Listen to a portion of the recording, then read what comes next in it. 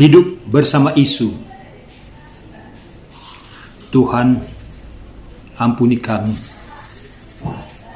karena kami telah gelap mata, sehingga kami tidak bisa lagi membedakan mana yang baik dan mana yang buruk, mana yang salah dan mana yang benar, mana yang hak dan mana yang batil.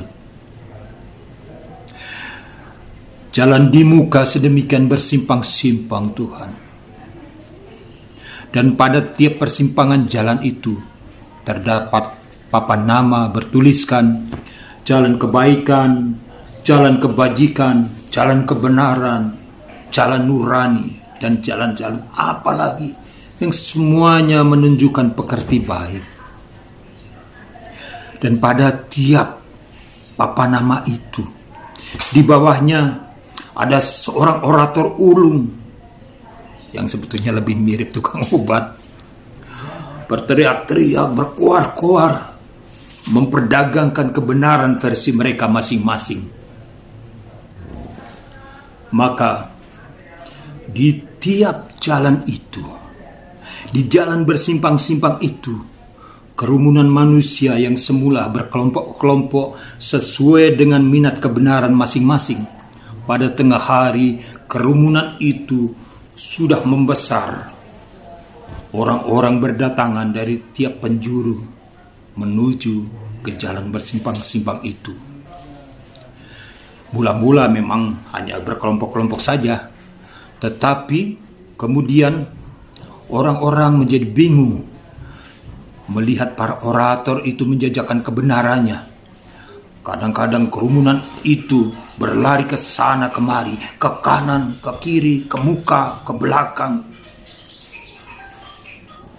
Seperti itulah kami kini, Tuhanku. Kami bingung menghadapi kebenaran-kebenaran yang mereka perdagangkan, yang mereka tawarkan kepada kami. Bahkan di antara mereka ada yang terang-terangan menjual kebenaran mengatasnamakan-Mu. Tapi di belakang punggung mereka terselempang pedang dan kelewang serta kebencian. Lantaran hebatnya mereka dalam berorasi, sehingga kemudian mereka seperti mewakili-Mu. Mereka menjadi Tuhan-Tuhan baru. Ampuni kami, Tuhan, karena telah menggantikan Engkau dengan Tuhan-Tuhan baru. Kami kini lebih percaya pada Tuhan Isu. Tuhan kami adalah kata orang banyak. Tuhan kami adalah kekuasaan dan bukan lagi Engkau yang bersemayam di hati nurani kami. Dengarlah Tuhanku, betapa isu telah menjadi agama bagi kami. Isu-isu berseliweran, isu-isu berlalu lalang di tengah-tengah kami, menjadi pelengkap hidup kami dari pagi sampai pagi.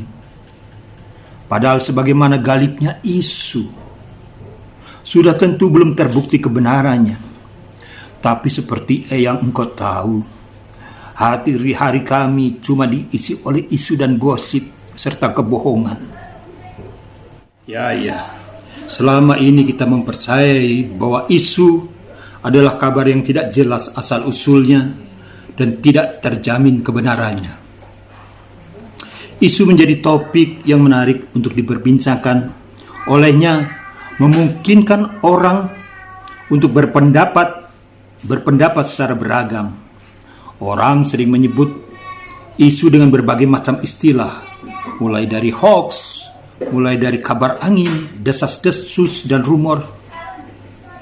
Ada pula yang mengatakan isu itu sama dengan gosip. Padahal isu itu menurut asal-usul katanya yang berasal dari bahasa Inggris, isu itu adalah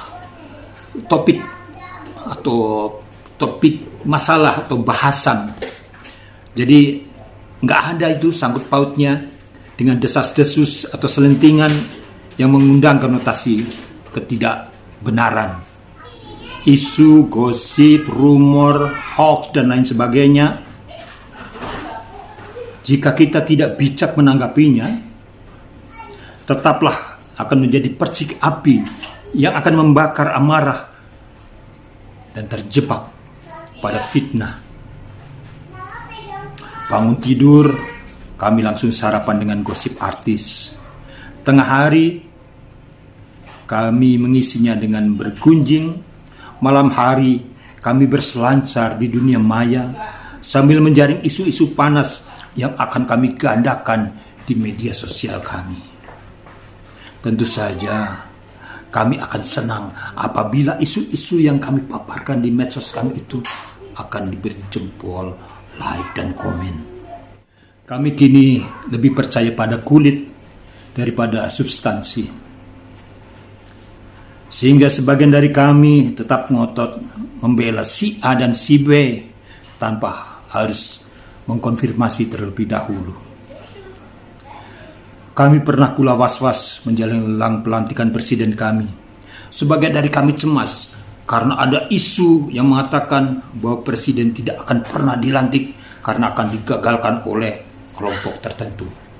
Demikianlah dunia politik kita gonjang-ganjing tidak karuan. Kami juga pernah terpana oleh isu-isu yang menggemparkan, isu-isu tentang kesalihan manusia-manusia Indonesia, sehingga kemudian mereka terpilih menjadi pemimpin kami. Dan apa yang terjadi? Pemimpin kami itu ternyata korup di belakang hari. Ya Tuhanku, begitulah dari waktu ke waktu kami bergelimang dengan isu. Inilah barangkali buah yang harus kami petik lantaran kami kerap percaya begitu saja dengan isu yang dihembuskan oleh para pemimpin kami sebelum mereka mengambil keputusan. Tujuannya tentu saja untuk mengelabui kami sehingga kerakusan mereka, kebuasan mereka mengkorupsi uang negara menjadi tidak nampak. Berkali-kali bangsa kita termakan oleh isu. Bagaimana ketika tahun 1965 isu tentang kudeta, isu tentang PK, isu tentang Dewan Jenderal dan lain sebagainya yang memakan korban sedemikian banyak. Kemudian pada tahun 70-an isu merebak juga, tak kalah sengitnya dengan masa sebelumnya. Seorang aktivis bernama Rahman Toleng mengatakan ada banyak isu di sana melawan modal asing, kemiskinan dan kesenjangan ekonomi yang kian tajam, isu padat karya, padat modal, ada diskursus pembangunan bangsa Indonesia, ada isu ASPRI yang mengacak-ngacak kabinet dan lain sebagainya. Puncak dari isu itu apa yang terjadi? Puncak dari isu itu terjadi, maka meletuslah apa yang disebut dengan peristiwa Malari. Peristiwa 15 Januari 1974 ketika Jakarta membara oleh kobaran api yang waktu itu dipimpin oleh Hardiman Siregar. Puncak dari isu itu terjadi, maka meletuslah apa yang disebut dengan peristiwa Malari. Peristiwa 15 Januari 1974 ketika Jakarta membara oleh kobaran api yang waktu itu dipimpin oleh Hardiman Siregar. Kemudian berlanjut pada tahun 1980 ketika isu kesenjangan antara pribumi dan etnis Tionghoa meletus di Solo. Solo membara. Hal ini melengkapi apa yang pernah terjadi pada 10 Mei 1963 dengan isu SARA yang sama, yang menjadi kerusuhan rasialis pertama dan terbesar di kota Bandung. Isu itu terus menggelinding. Pada tahun 1997 di Jawa Timur meletus isu dukun santet yang menyebabkan banyak kiai terbunuh pada saat itu. Dan ujungnya adalah kerusuhan Mei tahun 1998. Isu-isu itu pun kemudian menemukan bentuknya ketika kami hendak memilih pemimpin-pemimpin kami dari tingkat desa hingga ke tingkat nasional. Isu bertebaran di angkasa lengkap dengan fitnah yang mematikan. Saat Pilpres kemarin juga, betapa dua calon presiden kami dihajar oleh isu yang mematikan. Ya, kami menyadari betul bahwa isu adalah fenomena yang manusiawi. Itulah sebabnya isu bisa berembus di bidang kehidupan apapun, politik, ekonomi, sosial, budaya, dan lain sebagainya. Dari yang berskala besar sampai tingkat keluarga. Di tengah fakta yang saling berkaitan dan hubungan timbal balik kehidupan antar manusia dan antar masyarakat dalam era globalisasi ini.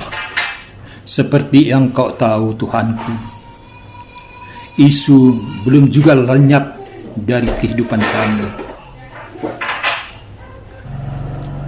Isu barangkali memang seperti garam yang tidak lengkap hidup tanpa isu.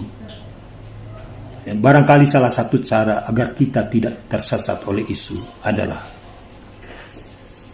kita berpikir baik tentang diri dan sesama. Salam.